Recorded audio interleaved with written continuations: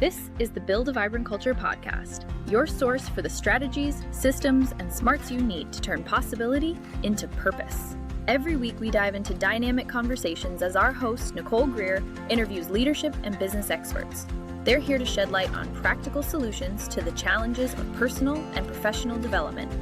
Now, here's your host, a professional speaker, coach, and consultant, Nicole Greer.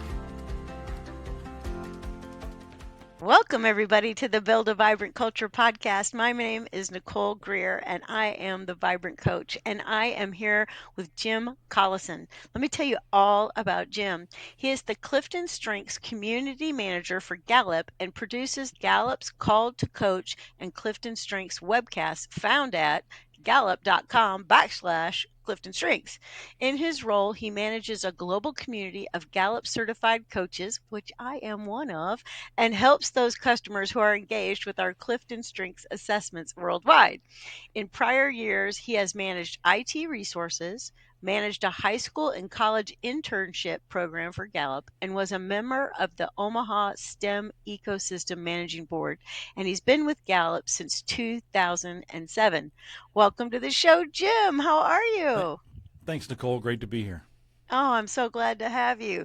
So I love CliftonStrengths. I have been using this thing for about 4 years now.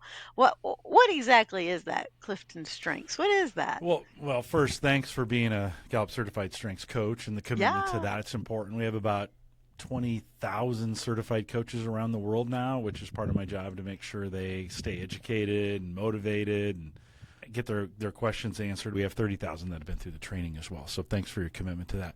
Yeah. CliftonStrengths, formerly Strengths Finder, so you might know it by both of those names. About 50 years ago, Don Clifton thought and had this idea, what if we really began to focus on those things that we're best at and minimize the things that we're not? And it was a lot of research and a lot of conversation. The tool was in development for a lot of years. It really kind of grew out of a selection instrument they built, and they began to see some consistency in those and these kind of universal talents that we all have, right? Began to group those talents together and then came up with a set of questions, now 200 questions, that helps us predict those talent themes. We call them they're named CliftonStrengths, right? But these 34 talent themes that we can kind of predict an order for you. And with that order, you can begin to have some conversations around what I'm best at. And we found in working with individuals from a standpoint of understanding yourself and then working with others or teams, especially in the workplace, we have found that to be very helpful for people to be able to have performance conversations about what they do and what they do best. So you can purchase that. It's available at a top 5 form. You get 5 of the 34. You can buy all 34 and have access to those as well. We've done, I should check the number today, but we are super close to 35 million of those being completed here. So that's a quick rundown on what is CliftonStrengths. Oh my gosh. And so I think what people love is the fact that we're coming at it from here's what you're good at instead of here's what's wrong with you and we need to fix it. Yeah. Well, it's interesting. When we think about the 80s and the 90s, there was a lot of conversation about being a well-rounded person or fixing those things that you're not good at or get extra training for those kind of things. Gen Z and millennials, I think they fundamentally understand this now. I don't think I go to college campuses and have these conversations about this idea of strengths-based philosophy. And I go, can we just agree that's a great way to do this? And they all just shake their heads like, yeah, I think this makes sense. So I think the hurdle of convincing people of that today is mostly over. I think most people realize, yeah, it kind of does make sense, right? Focus on those things that I'm best at. Minimize the things that I'm not. I think the trick is to give people safe environments to be able to do that in. I think that's the next step. Understanding it is one thing. The next step is, okay, can I find a safe, psychologically safe work environment where that will be honored and then really be able to use it? Yeah, I think that's really good. Yeah. And so what are your top 5? And then maybe you could explain to those who are listening, this is my top 1, this is how I use it. Yeah. So top 5 for me: arranger, woo, maximizer, communication, and activator. And really, it kind of depends on the situation I'm in as to how I'm using those.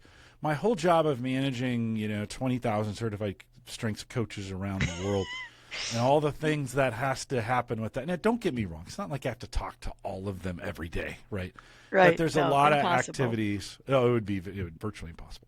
But all the things that have to happen in that community, think about all the tasks associated with that. I mean, just in the last week, I've stepped into virtually 4 of our training courses around the world at all times of the day. How fun for you. This last night, I led a podcast in India. This morning, I did our CliftonStrengths Certified Coach community call. And then handling issues behind the scenes, lots of emails coming in, lots of community stuff happening.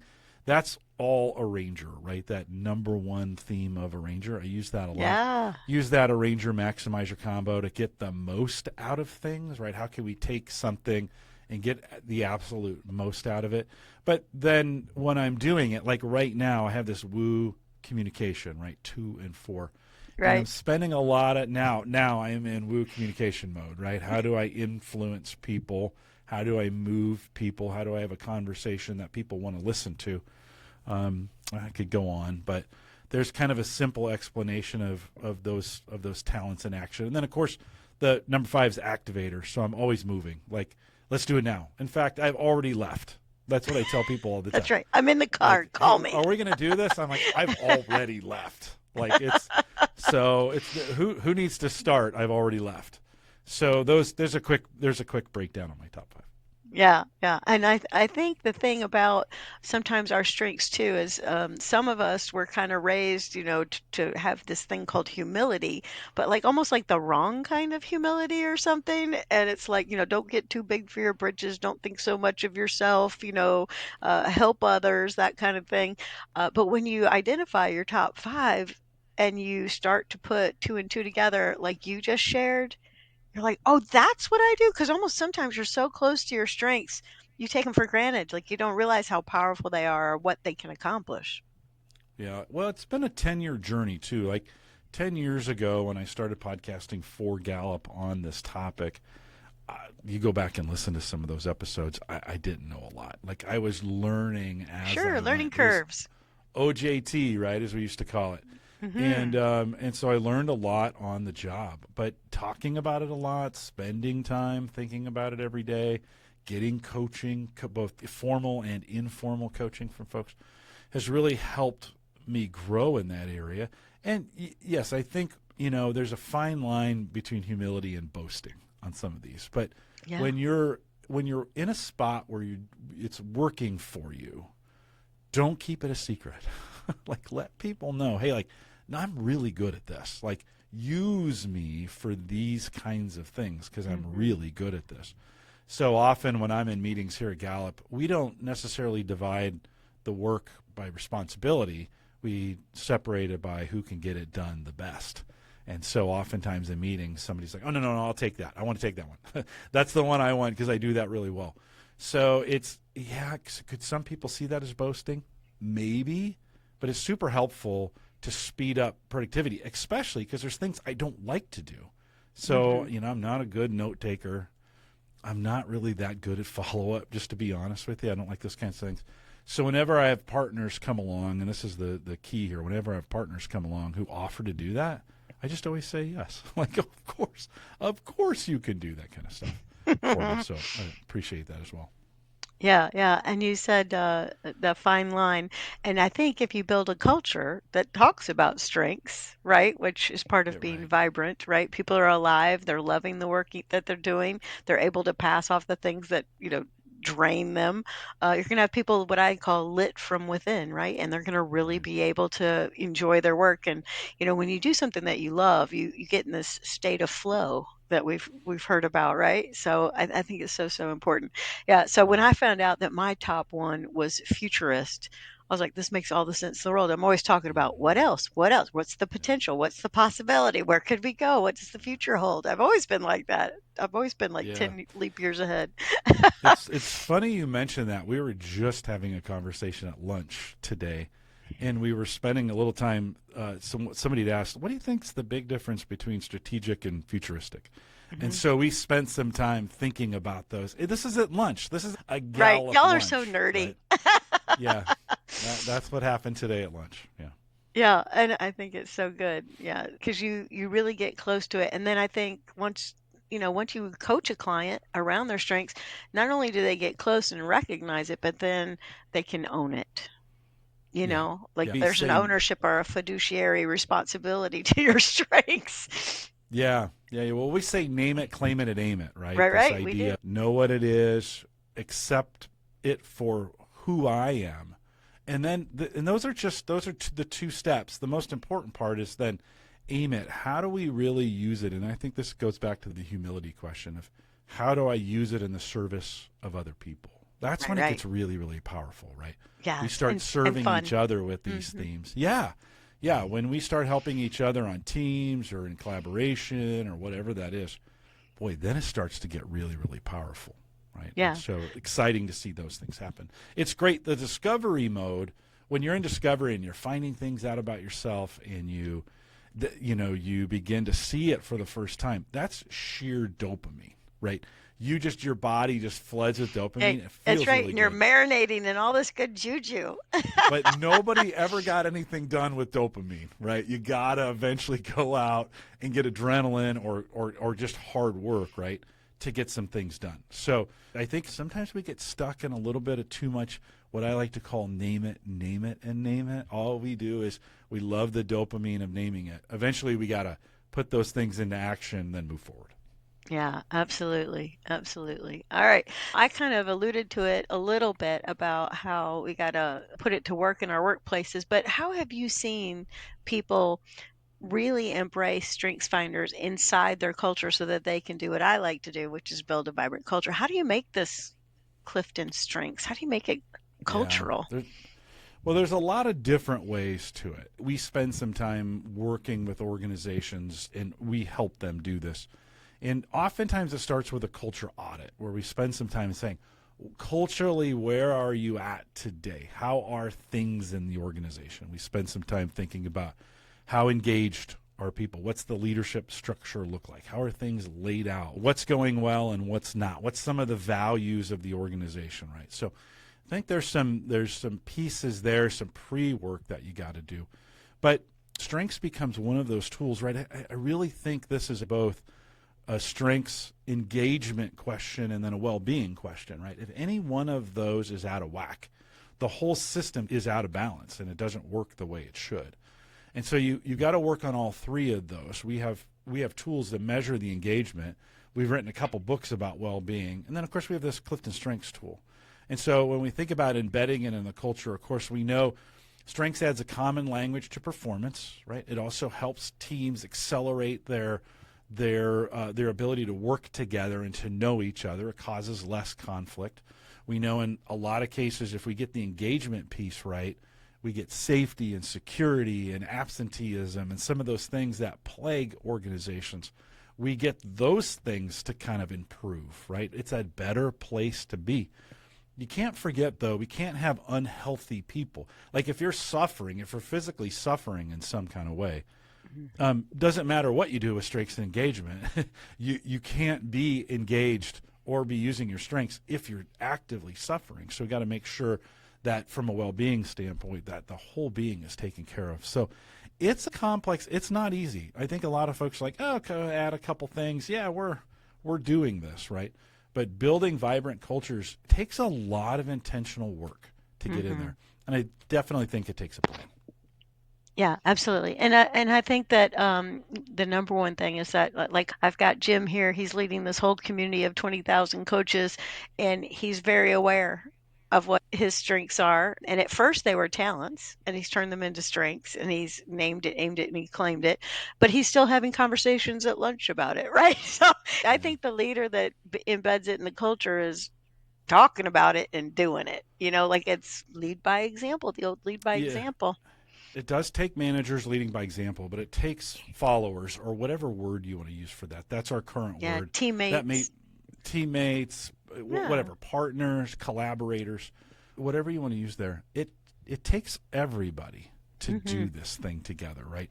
We've put a lot of pressure on our current leaders and managers in the workplace today.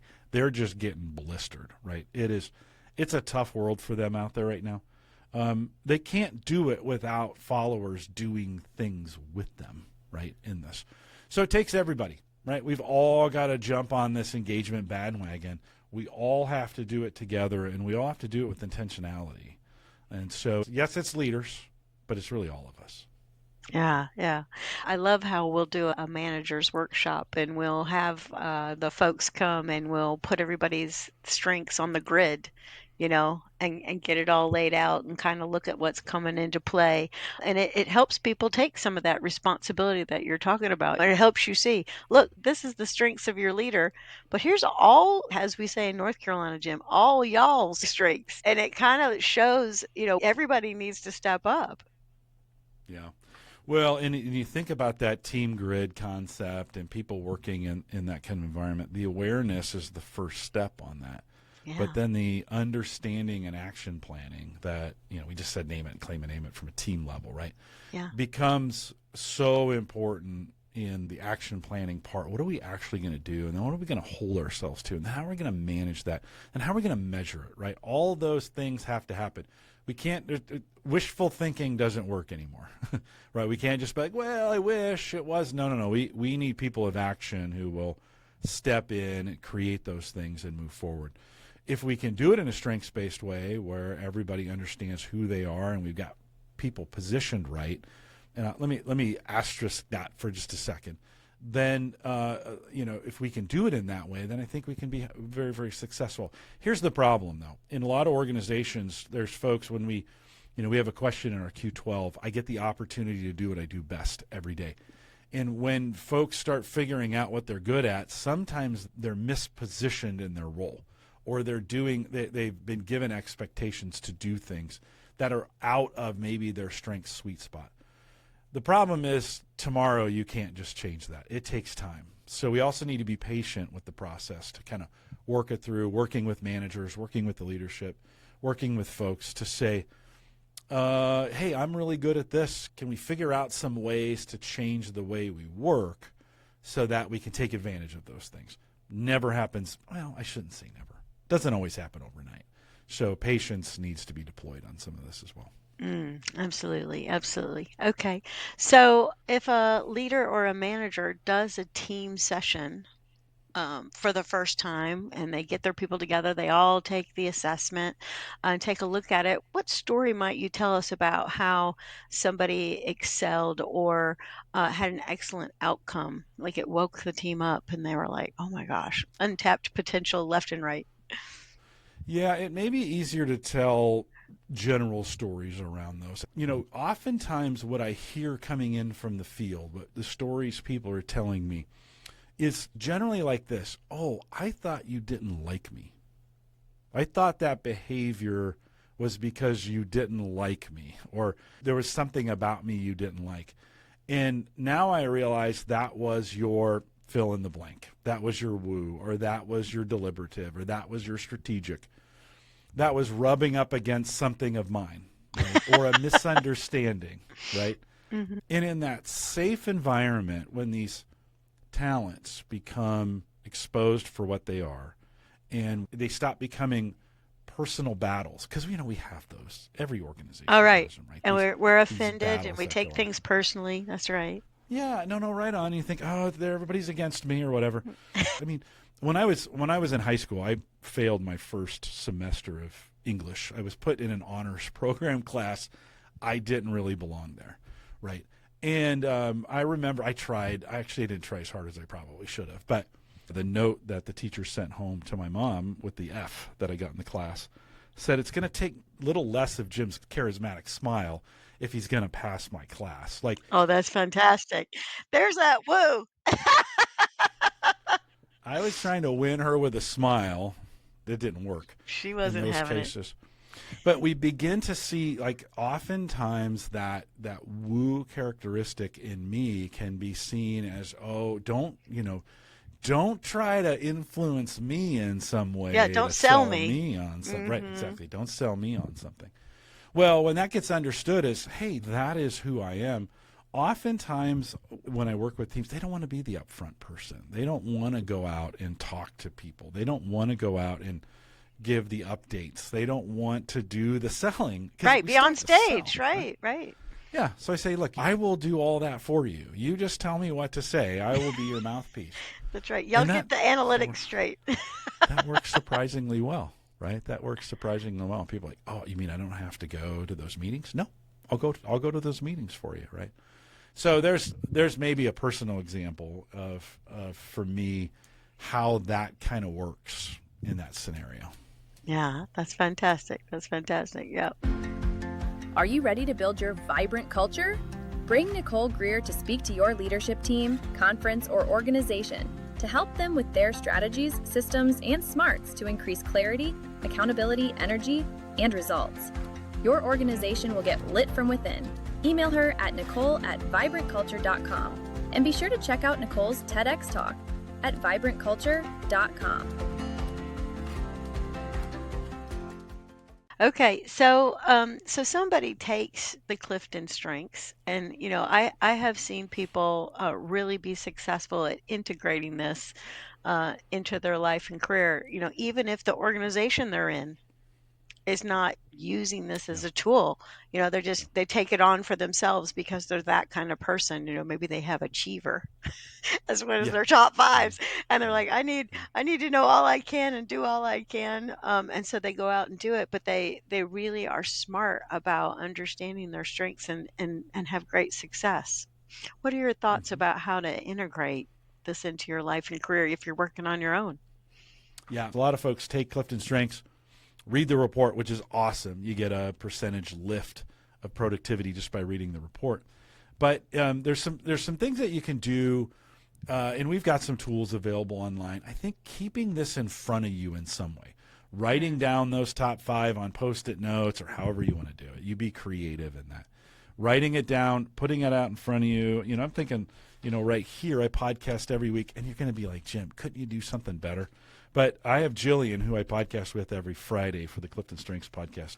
Her top 5 are written down on this sheet right here. That's my handwriting. But it's in front of me, right? It's in front of me to take notes on, to do some work with. You could have your own. Here at Gallup, we post them at our desks. I've got several things with it in my office upstairs. I actually have my top 5 in some wall art behind me. It's my family's top 5, so it's kind of meaningful to me in that way. But nice. Keep it top of mind, right? That's the whole idea. Keep it top of mind so you're constantly reviewing it, thinking about it, asking yourself the question, when you were successful, where did that come from? Like, where did that come from, right? Secondly, we have lots of podcasts. I've created 7 hours on every single theme. So if you're a podcast listener, you can continue the journey by listening. We got written content on as well. You can go out, you can do that as well. You could journal about it. This is not a bad way. Like when you have successful moments, write those moments down and then ask yourself the question, what made that successful, right? What was that in me that made that successful? This is my favorite one. It's a little bit because I'm influenced by Woo.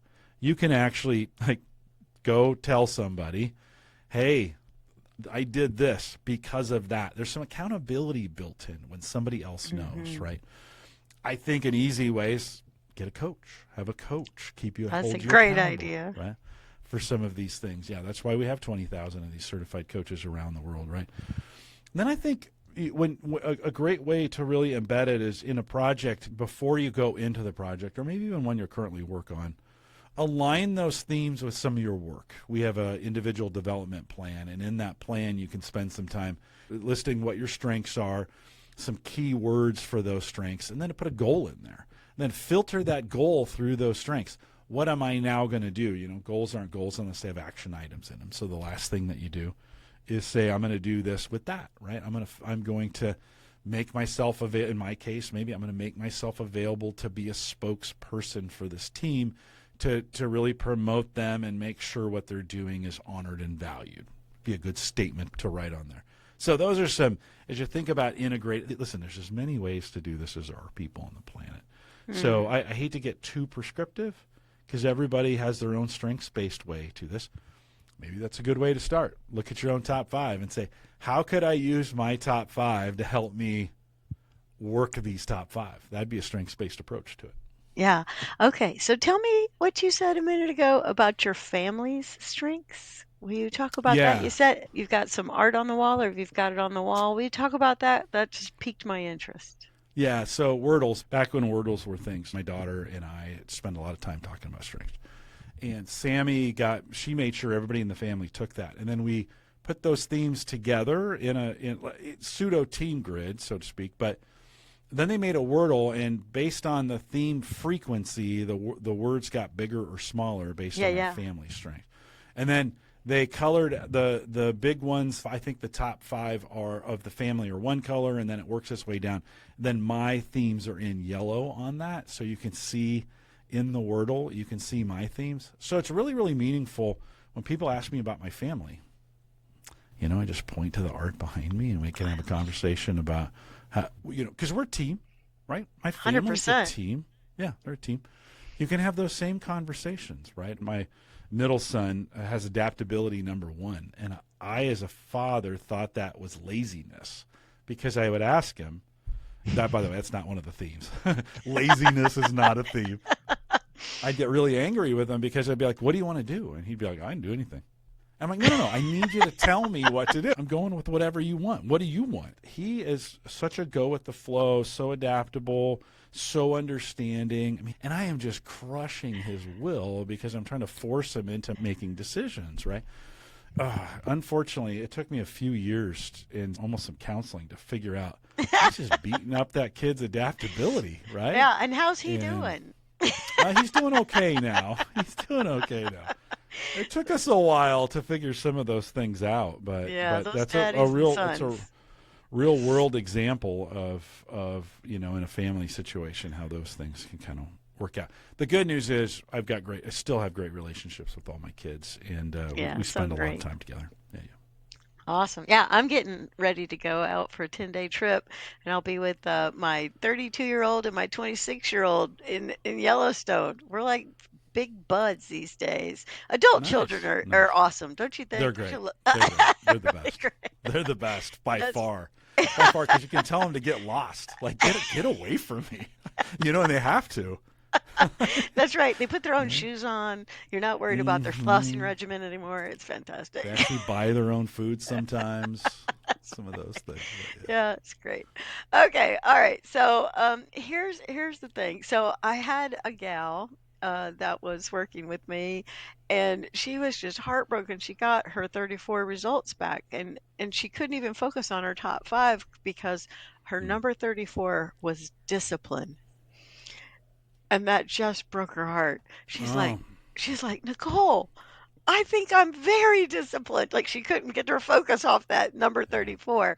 So, my question would be, what should you do about the strengths that are ranked lowest in your results? Because I think some people, they agree, yes, let me look at my strengths, but should I be concerned that discipline is my lowest? And she runs like marathons and does amazing work in this world. She's just amazing. Yeah. That's okay. Listen, the lack of discipline, I have it low too. It's 30 for me, and focus is 34. It's a miracle I get anything done. Like, it is. It's amazing when things actually happen. But I think, listen, understanding, and I can speak to this because I don't have a shred of discipline. I don't have a shred of it. Now, I spent in my early career, I was in the military, and so you'd be like, Jim, how did that go? Not having any discipline and being in the military. Terrible, just to be honest. It was awful. I was probably you think about, do I get the opportunity to do what I do best every day? Military was probably not the place for me. Now, I made it 6 years. Sometimes, this is where I talked about. And thank you for your service. Thank you. Thanks for your support. I think this is one of those situations I didn't have a choice. Like, I couldn't just change jobs, right? Right. And so sometimes you got to tough it out. Listen, I did some things. My first couple years were pretty rough, and then I realized I was really good at these boards. They have these board competitions where you got to go study some things and then say some things and influence people. It's like a contest. Guess who was good at that? This Mr. guy. Woo. Now, I couldn't do anything else, but this guy was pretty good at it. And once I got into those kinds of things, things got a lot better for me. But when you think about those ones at the bottom of the report, you have to build really solid plans to make sure they're covered when you're not supported by somebody else who has it. In a lot of cases for me, I have focus and discipline very low. Listen, I love the people who can put all these things together and make Me it happen, too. right? And so I stick to those people. Like, let's you and I be friends. Oftentimes, you might just need to get it done regardless. Like, we're adults, right? So there are moments like, I don't have discipline, but it's okay. I'll fake it for a while. 2, find someone who does have it and use theirs, right? Or 3, build systems in to make sure.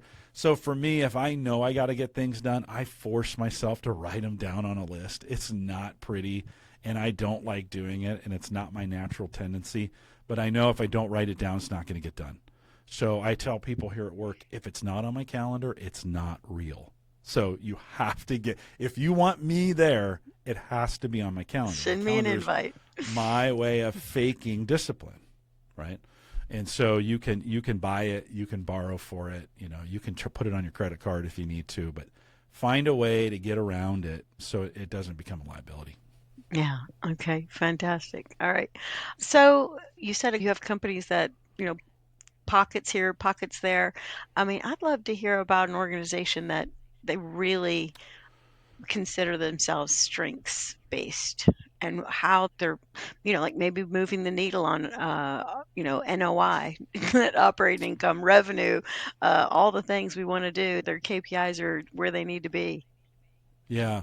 So in our Call to Coach podcast, I'm not dodging this, but I've already done some great examples of this in our Call to Coach podcast. So just go out on a podcast player or youtube.com/CliftonStrengths. Any of the organizations that I've interviewed in our Call to Coach program are going to fit that. If you want a really good example of it, Yeah.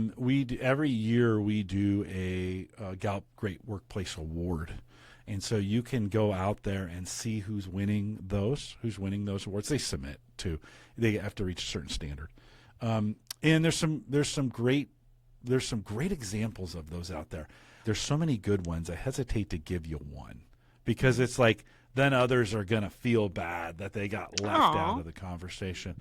But what we find, this goes full circle, what we find that's common in all those organizations is, one, they care about their employees, right? So they want to be a magnet for talent. They want to draw people in. So there are organizations who are thinking about their engagement. These are all the things I said in the beginning. They're allowing folks to work and get the opportunity to do what they do best every day. And they care about their well-being.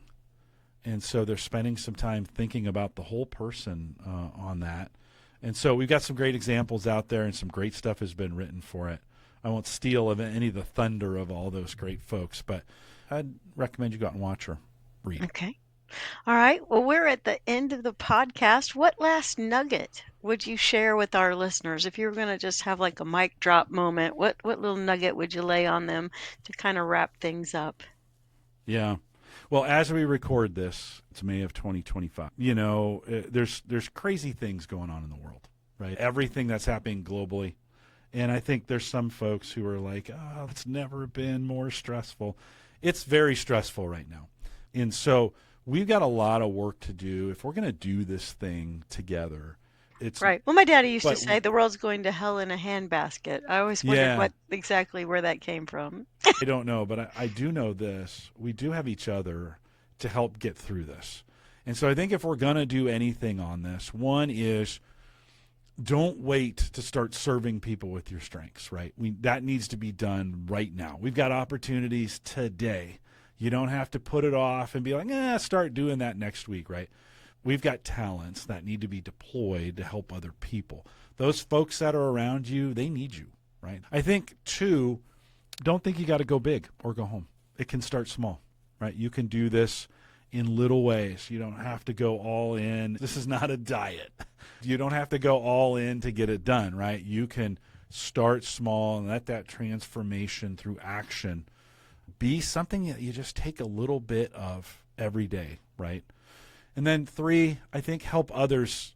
Sometimes when you say things to people, like I'll say like, oh yeah, we ought to really get more fitness in our lives. And then I'm wolfing down some potato chips and, not doing it. I think we got to lead by example and go out there. We've got an opportunity to help others develop and to show that work for us, right? I think some people think it's way harder than it is, and I think it's just a little bit every day. Yeah, and so we've got a little bit of we got a great application. opportunity. Yeah, a little bit every day. Yeah. Yeah, I Maybe agree. one positive thing a day. Yeah. Right. Absolutely. Well, I have absolutely adored our conversation. I absolutely adore Clifton Strengths and being a Clifton Strengths coach and a workshop facilitator. So I'm so grateful you came in to my world today and spent some time with me. Tell us again where we can watch all the podcasts and where we could find you. Well, youtube.com/CliftonStrengths. If you want to get to the center of everything Clifton Strengths, go to Gallup.com/CliftonStrengths, and that's really the epicenter.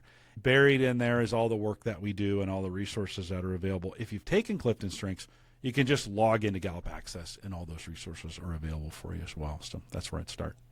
Okay, fantastic. So go to the bottom of the screen right now where you're at on your YouTube and leave a comment, or if you're on your podcast platform, if you'll press the like button and leave a little love note for Jim and Nicole, I would appreciate it. Thanks, Nicole. Great being Yeah. on. Oh, good. I'm glad you enjoyed it. Thanks again, everybody. Thank you for joining us on this episode of the Build a Vibrant Culture podcast. If you found value in today's episode, please take a moment to leave us a review on your favorite podcast platform. Your feedback helps us improve and reach more like-minded listeners. Remember, the journey to building a vibrant culture never stops. Stay inspired, keep nurturing your vibrant culture, and we can't wait to reconnect with you on the next exciting episode of the Build a Vibrant Culture podcast.